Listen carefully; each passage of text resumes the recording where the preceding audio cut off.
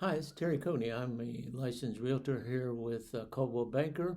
I am licensed in both Ohio and West Virginia. Let's talk about some myths. 12 different myths that people have that are misconceptions about what happens in real estate. And we're only going to have time to talk about six of them today. So tomorrow, if you tune in, I'll go over the other six. So let's get down into the business here. What are these myths? Well, the first myth is that you have to have 20% down. Well, that's not true. In 2024, did you know that first-time home buyers, their average down payment was just 9%? And there's many loans out there that people can get with even without a down payment.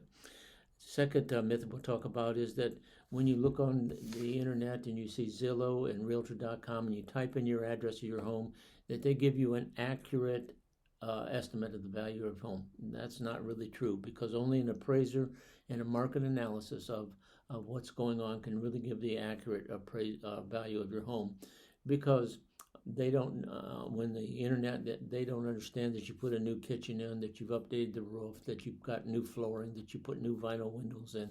All those things they don't know, which actually impacts the value and moves it higher. So those estimates aren't really true. The best estimate comes from an appraiser or a realtor doing a evaluation of similar homes with the same type as your house. The third myth is that when you do a renovation act, like when you had a kitchen and you spent $20,000 on that kitchen, that's going to move your house value up $20,000. Well, it doesn't, unfortunately. It only moves it up about 50 to 56%. So those renovations, you have to really be careful and check out how they're going to affect the impact of your house. The fourth myth that we're going to talk about, that in some markets, when rent is really long, people have really low rent. People think that buying and having a mortgage, which is a little more expensive than a rent, is a better deal.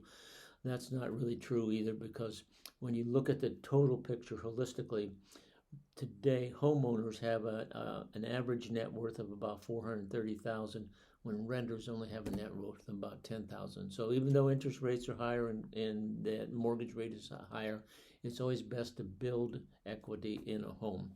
And then when people are looking for a mortgage, that initial interest rate, that first interest rate that they're given, they think that's the only thing that they need to look at. Well, that's not true, because you need to look at the APR, or the annual percentage rate, and consider all the costs that are rolled into getting that loan origination fee and APR and other things, so that you understand which is really the best deal. So shop for a mortgage and understand those things. And then last, the sixth myth that we'll explore today is that perfect credit is needed to get a mortgage.